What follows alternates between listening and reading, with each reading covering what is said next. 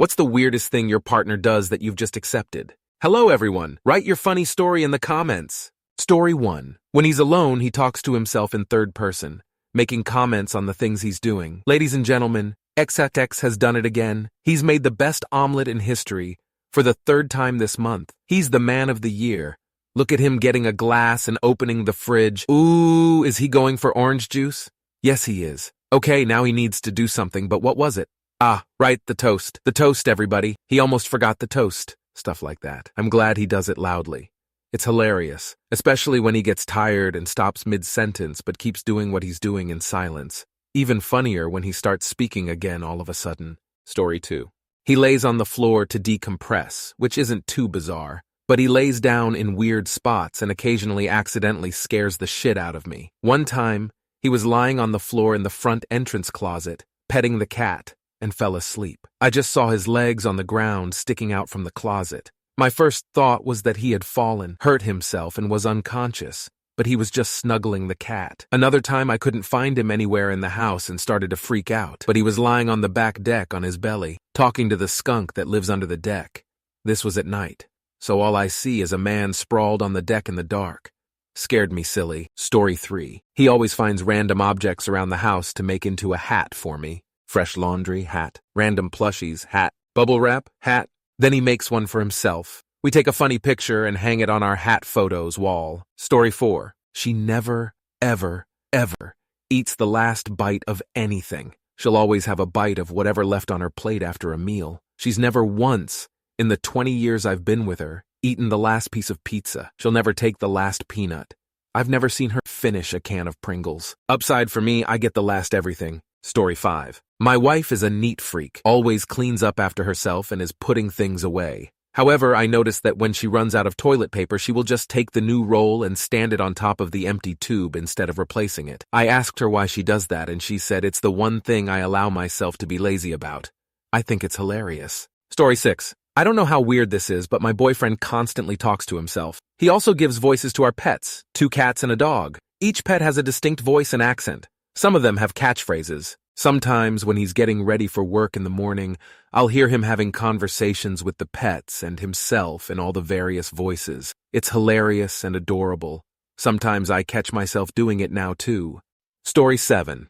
I don't know how weird this is, but my boyfriend constantly talks to himself. He also gives voices to our pets, 2 cats and a dog. Each pet has a distinct voice and accent. Some of them have catchphrases. Sometimes when he's getting ready for work in the morning, I'll hear him having conversations with the pets and himself in all the various voices. It's hilarious and adorable.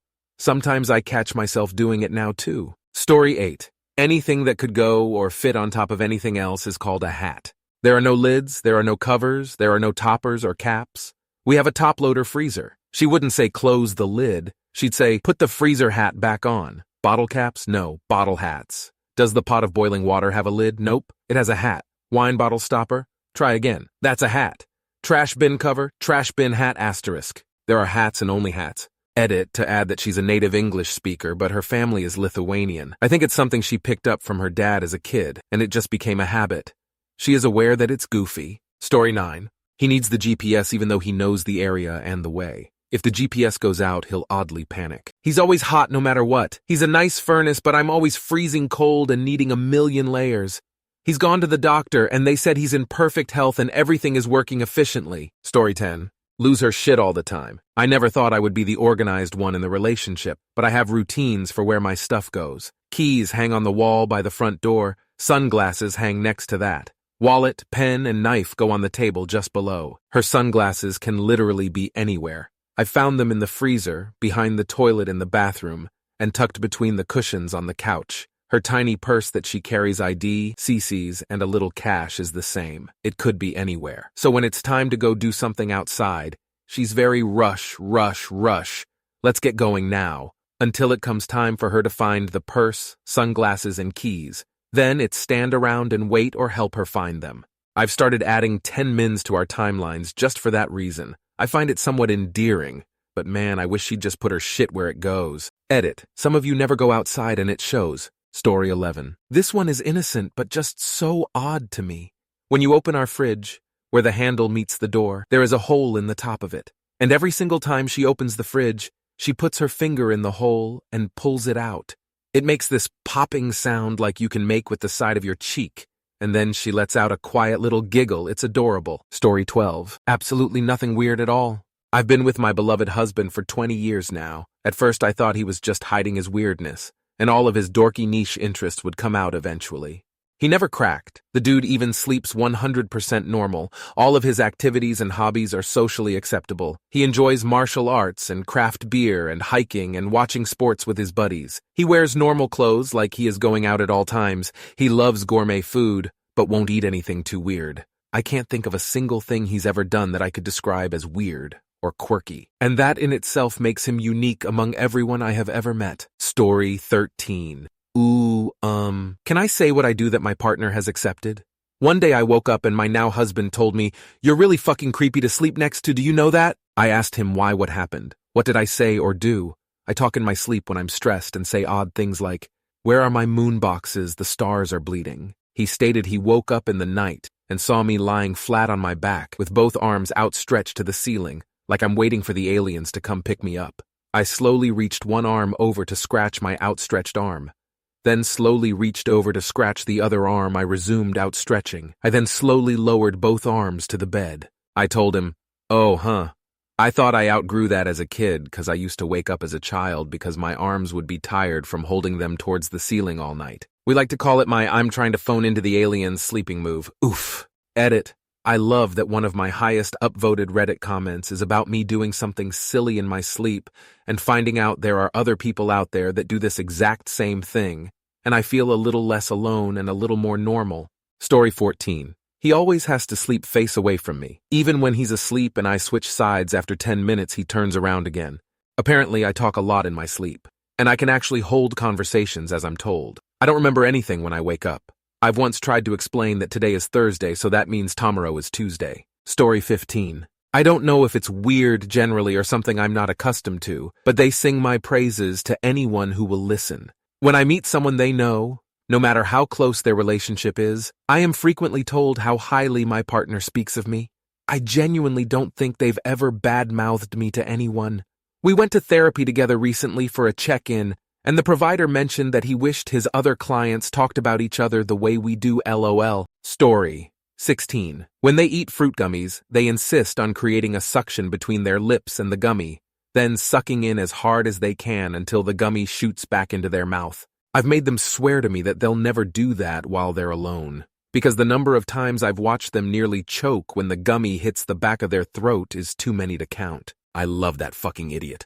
Edit. Y'all for real have terrible standards for how you treat partners / are treated in a relationship. Go to therapy. Story 17. She has a diagnosed attention disorder, so that when I came home from work, it's common to find things half done, like she swept and left piles of dust and dirt accumulated in some corner, wet clothes in the laundry, dishes with soap and bubbles, hot coffee in the pot without coffee, things like that. I understand that when she start doing something, gets distracted and move on to something else. For me, it's weird and exhausting, but I love her just the way she is. And she also likes to eat rice mixed with mayonnaise. Story 18. Mine will play our fat cat like bagpipes without hurting her. He'll hold her under one arm until she makes her annoyed growl, whine, then pat her belly to make the noise change pitch and rhythm. I honestly don't get it, but whatever makes him happy. Also, the cat is obsessed with him and will let him do this for ages. If she runs away, she comes back to him in 2 minutes to do it again. Weirdo creeps. Both. Story 19. Well, there's two things.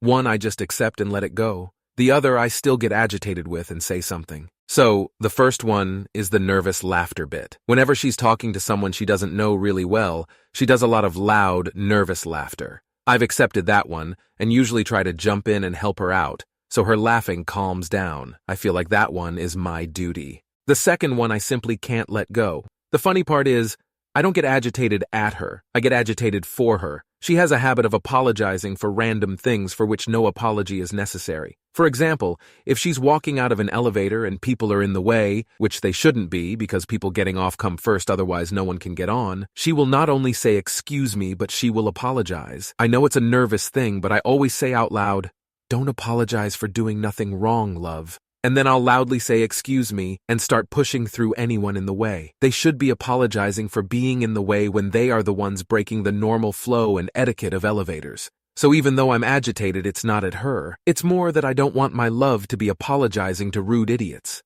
Story 20. BF is a biologist and absolutely cannot stop himself from interacting with any animal/insect/bird that his brain has deemed interesting. I've spotted him softly talk to bugs and bees when he thinks no one's looking. Also, as long as he has deemed it safe, if we spot a snail, and he's really good at spotting snails, it's insane, he will pick it up no matter the circumstances. We've spent hours in parks, sanctuaries in one single spot if he spotted a cool lizard or an animal because we must make new animal friends. His parents tell me all the different insects, bugs, and tiny animals he used to bring to them as a baby LMFAO. Story 21. She doesn't snore, but she moans on the exhale. It sounds somewhere between anguish and sensual pleasure. Every solstice, equinox, and midpoint between, she pours a shot of nice whiskey into the woods as an offering to, honestly, I don't know. If I come home when she's napping, she tries very hard to pretend that she wasn't asleep. Her hair is a mess, and her face is lined with pillow creases. Needless to say, she's not fooling anyone. Story 22. My wife was a hoarder of beads. She tended to hoard in general, but I insisted to keep it in check.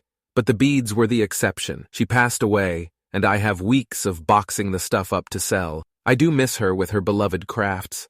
The house seems empty without the stacks of totes. Story 23. From the other side of the aisle, but for all my life, no one batted an eye when I chewed on cupcake muffin wrappers to savor the baked goodness encrusted thereon, until I did it once in front of my wife, and she looked at me like I had just skinned a baby. Ever since then, I've been waiting until I know she's looking in my direction, and scarf them down like Zoidberg eating trash. Because what I see on her face is the strongest emotion I've ever been able to elicit in any human being, and I need to hold on to that. She hasn't asked that I stop, so I take that as acceptance. Story 24. Constant corny jokes and talks to every stranger in this weirdly polite voice and manner when we're traveling. It's annoying AF after 21 years of marriage, but it's just who he is. He has no concept of it being a little weird, and doesn't seem to catch the way people respond when he talks like that. Like they don't know if he's joking or not. Story 25. My wife will give very detailed and specific directions when asking me to pick something up or to bring her something in a very confident manner. She is almost always incorrect, like asking me to go get her black scarf before we go out. She'll say something like, "It's on the third shelf in the bedroom closet, on the left side, underneath the rainbow scarf and the red scarf."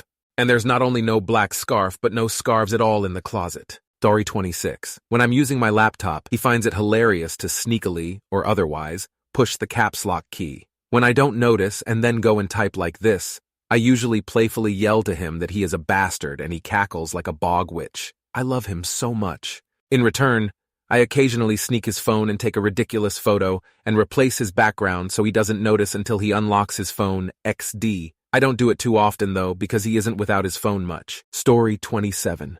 She'll call my name like she wants to say something to me. I'll respond, then nothing. Then 5 minutes later, she'll start talking like I was supposed to be waiting for her to respond. I just go back to what I'm doing, and when I finally hear her speak, I ask her to repeat it. Story 28. Only sings when he thinks I can't hear him. It's a shame because I love the sound of his voice. Even listening to him sing nursery rhymes to our daughter or hum along with the radio is a treat. It makes me miss when we went to church, because I used to look forward to hearing him sing at least once a week. But he's self-conscious about it, and the more enthusiastic I get, the less he sings.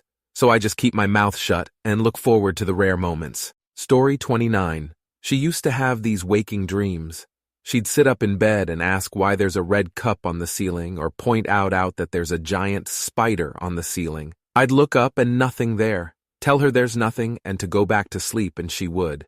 She believed she was seeing like a 12-wide spider on the ceiling and just rolled over and went back to sleep because I said to. That's trust, lol. Story 30. My husband insists that the proper way to finish a shower is to dry off while standing in the shower. I have never heard of this from anyone outside his family. We have a very tiny shower, and I think it's insane. I need room to dry off.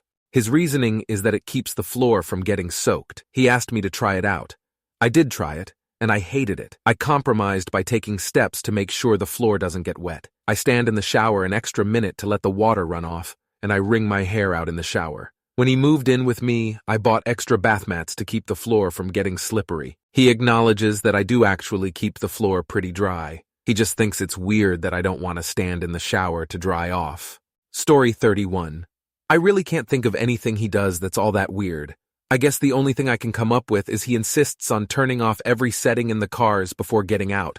Like the heat AC fans, the radio, the defrosters, everything has to switch off. Mildly odd and slightly annoying when he does it to my car, but that's all I got.